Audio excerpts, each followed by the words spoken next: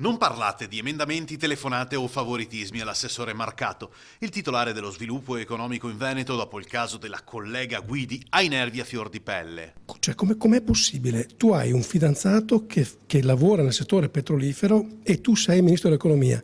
Non avresti dovuto nemmeno essere lì? Cioè, io vorrei, lo dico sempre e continuo a ridirlo, mio fratello, che è il fratello dell'assessore all'economia della regione Veneto, tutte le mattine parte e va a lavorare alle 4, guida un furgoncino e porta in giro nei supermercati il materiale che serve. Alle 4 per 1.300 euro al mese. Io se volessi potrei metterlo dove voglio, perché in Italia funziona così.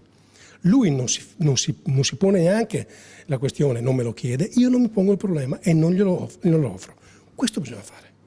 La Lega Veneta chiede maggiore attenzione ai conflitti di interesse. A ruota il Movimento 5 Stelle che per bocca del capogruppo a Palazzo Ferrofini Jacopo Berti attacca l'esecutivo Renzi. Sono un governo che si basa sul conflitto di interessi. Pensiamo a cosa è successo col ministro Boschi e con le banche e oggi al ministro Guidi invece con il petrolio. Allora il 17 di aprile dobbiamo tutti andare a votare sì al referendum per bloccare le trivellazioni e dall'altra parte dobbiamo fare il nostro compito di cittadini e supportare il Movimento 5 Stelle per mandare a casa una volta per tutti il governo Renzi. I membri del governo veneziano intanto vanno avanti per la propria strada. Per il sottosegretario Baretta il fatto non pregiudicherà il lavoro dell'esecutivo.